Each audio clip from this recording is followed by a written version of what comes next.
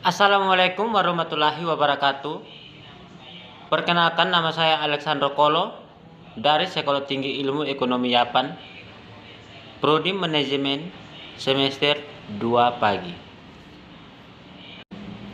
Baik, di sini saya mau menyampaikan atau mempresentasikan materi pengantar bisnis tentang mengorganisasikan perusahaan, yang dimana teori tentang motivasi yang terdiri dari hierarki kebutuhan oleh Abraham Maslow dan teori dua faktor.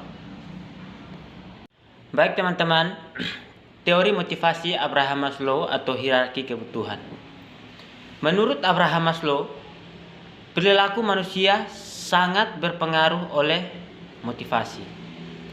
Hal ini menyebabkan Maslow menganjurkan sebuah teori motivasi dengan tujuan untuk mengarahkan perilaku manusia agar bisa diarahkan untuk mencapai tujuan.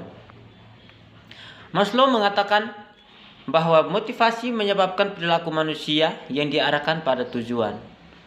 Melalui motivasi, manusia bisa diarahkan untuk kebutuhan tertentu. Bagi seorang pemimpin, organisasi perlu mengetahui kebutuhan dari bawahannya. Maslow merumuskan teori yang kemudian disebut dengan teori hierarki kebutuhan atau the need hierarchy model. Teori Maslow ini terdiri dari tingkatan kebutuhan manusia sesuai dengan skala prioritas. Menurut Maslow, jika kebutuhan dasar terpenuhi, maka seorang dengan sendirinya akan berusaha untuk memenuhi kebutuhan berikutnya. Maslow juga beranggapan bahwa kebutuhan individu berfungsi sebagai kekuatan pendorong dalam perilaku seseorang. Teori Maslow ini kemudian digunakan oleh ilmu manajemen sebagai hal yang harus diketahui oleh para pelaku manajemen. Yang paling utama harus diketahui oleh pemimpin organisasi. Karena dengan memahami teori motivasi ini, maka pemimpin seharusnya mampu mengarahkan sumber daya manusia menjadi lebih produktif dan optimal.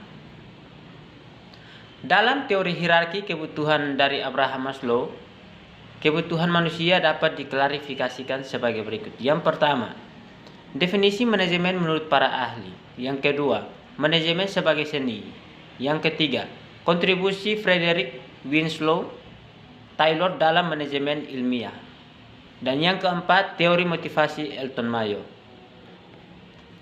Kebutuhan fisiologis merupakan yang pertama, kebutuhan fisiologis merupakan kebutuhan dasar seseorang yang meliputi makanan, pakaian, tempat tinggal, udara, air, dan lain-lain. Kebutuhan ini berhubungan dengan kelangsungan hidup dan pemeliharaan kehidupan manusia.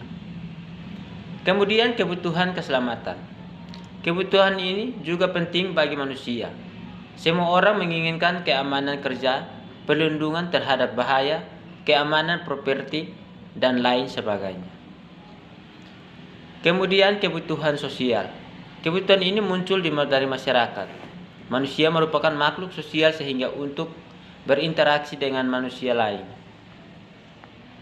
Kemudian kebutuhan penghargaan. Kebutuhan ini berhubungan dengan keinginan untuk menghargai diri sendiri, pengakuan dan rasa hormat dari orang lain. Kemudian kebutuhan aktualisasi diri. Kebutuhan dari tatanan tinggi, dan kebutuhan ini ditemukan pada orang yang sebelumnya berkebutuhan dipenuhi.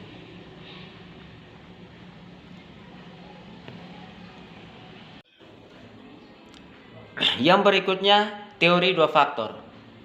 Teori ini juga dikenal sebagai teori motivasi Herzberg atau teori Huygens motivator. Teori ini dikembangkan oleh Frederick Irving Herzberg pada tahun 1923 sampai tahun 2000.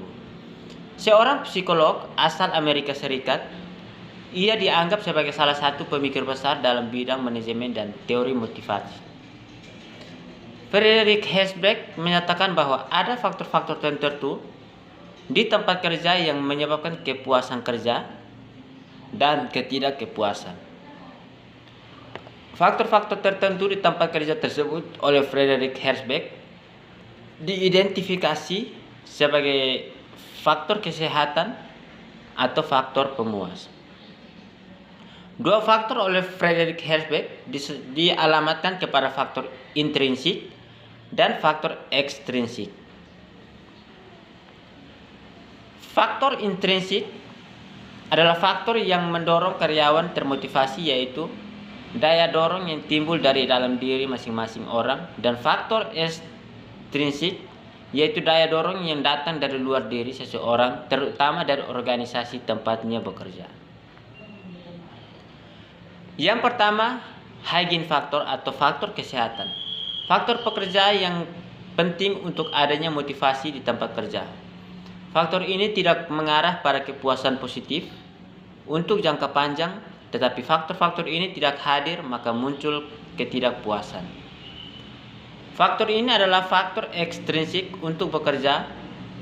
Faktor higienis juga disebut sebagai dissatisfiers atau faktor pemeliharaan yang diperlukan untuk menghadiri ketidakpuasan. Kemudian motivation faktor atau faktor kesehatan. Faktor kesehatan tidak dapat dianggap sebagai motivasi, atau faktor motivasi harus menghasilkan kepuasan positif. Faktor-faktor yang melekat dalam pekerjaan dan motivasi karyawan untuk sebuah kinerja yang unggul disebut sebagai faktor pemuas. Kemudian kritik. Teori ini menurut Sushave dan Lodge pada tahun 1995 mengabaikan pekerjaan kerah biru. Uang atau gaji tidak dimasukkan sebagai faktor motivasi, dan ini mendapat kritikan oleh para ahli.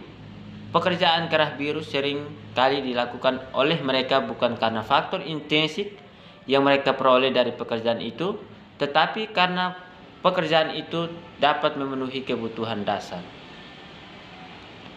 Teori dua faktor menurut para ahli juga tidak bebas dari bias karena didasarkan pada reaksi alami dan karyawan ketika mereka ditanya sumber kepuasan dan ketidakpuasaan di tempat mereka bekerja. Kemudian implikasi teori. Teori dua faktor menyiratkan bahwa manajer harus fokus untuk menjamin kecukupan atau faktor kesehatan guna menghindari ketidakpuasan karyawan. Juga manajer harus memastikan bahwa pekerjaan sebagai perangsang dan bermanfaat sehingga karyawan termotivasi untuk bekerja dan melakukan lebih keras dan lebih baik. Baik teman-teman, sekian dari saya. Mungkin ada kesalahan kata, mohon maaf yang sebesar-besarnya. Sekian dan terima kasih.